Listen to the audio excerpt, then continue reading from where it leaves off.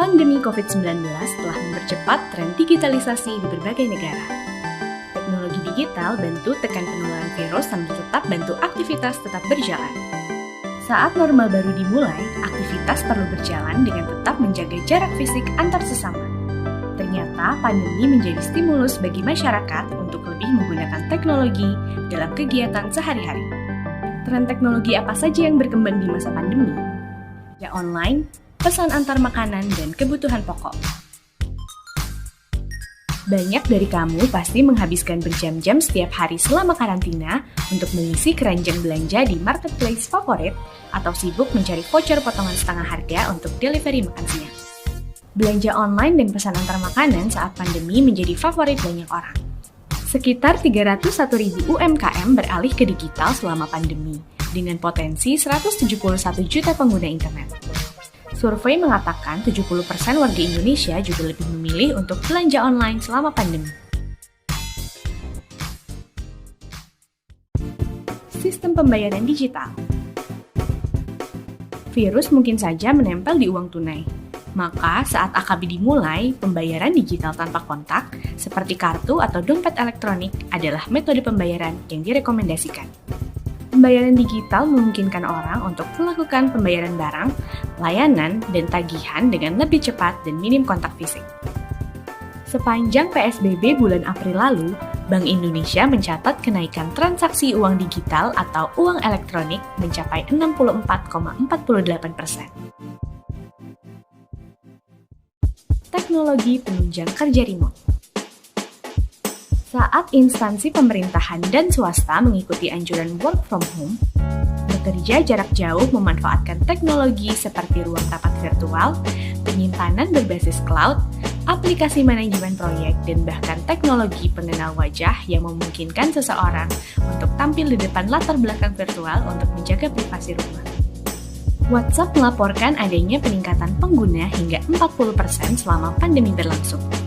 Aplikasi telekonferensi Zoom juga melaporkan peningkatan pendapatan sebesar 85% hanya dalam waktu 3 bulan, yakni mencapai 166 juta dolar Amerika Serikat atau sekitar 2,7 triliun rupiah.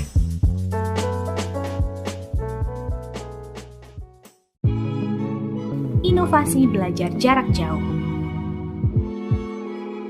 Pada pertengahan April, 191 negara mengumumkan penutupan sekolah dan universitas, yang berdampak pada 1,57 miliar pelajar. Banyak lembaga pendidikan mulai menawarkan kursus online untuk memastikan pendidikan tidak terganggu selama karantina. Guru dan siswa juga dituntut menggunakan teknologi digital untuk melaksanakan pembelajaran jarak jauh seperti telekonferensi. Selain itu, teknologi virtual tour dan augmented reality juga populer di pendidikan non-formal. Tapi ada kekhawatiran bahwa teknologi bisa memperlebar kesenjangan antar siswa karena perbedaan tingkat literasi digital dan kepemilikan fasilitas. Telehealth. Rumah sakit jadi tempat yang paling rentan dalam penularan virus di tengah pandemi.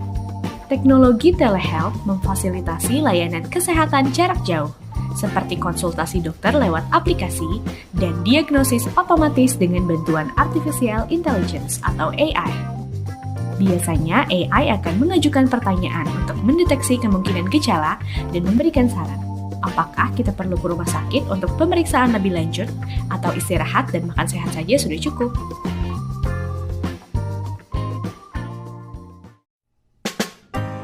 Digital Entertainment. Sementara beberapa tempat hiburan ditutup dan berbagai acara ditunda, orang-orang perlu hiburan untuk menghilangkan rasa bosan selama karantina. Lagi-lagi internet menyelamatkan kita. Platform video on demand telah menjadi bagian dari kehidupan karantina kita. Netflix memperoleh 15,8 juta pelanggan baru sepanjang periode Januari hingga Maret 2020. Sedangkan YouTube mengalami kenaikan sekitar 20% dari setiap menit streaming. Pada minggu pertama April, Nielsen menghitung 32 miliar menit waktu streaming YouTube.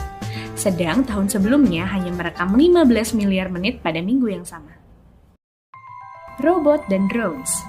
Selama pandemi, robot telah digunakan untuk melakukan disinfektan area publik atau mengirimkan makanan kepada mereka yang sedang karantina. Sekarang, drone bisa membawa anjing berjalan-jalan di sore hari atau mengirim barang. Korea Selatan misalnya, mempunyai inovasi melayani konsumen dengan menggunakan robot sebagai inisiatif cegah kontak antara pegawai dengan konsumen di kafe yang mulai buka saat normal baru. Teknologi di sektor publik. Saat pandemi meluas di seluruh belahan dunia, masing-masing pemerintah mengambil langkah cepat untuk memanfaatkan teknologi dalam menangani COVID-19 di negaranya. Di Jawa Barat, kita punya Picobar, sistem terintegrasi yang memungkinkan pemerintah dapat melakukan diseminasi informasi dan mendorong partisipasi masyarakat dalam pengambilan keputusan penanganan COVID-19 yang tepat. Dengan bantuan teknologi digital, pemerintah secara transparan dapat menyajikan data, melakukan pemetaan kasus, pendataan bantuan sosial, meningkatkan efektivitas tes masif, dan mendengar aspirasi masyarakat secara efektif. Ternyata, pandemi telah mendorong beberapa kemajuan di bidang teknologi.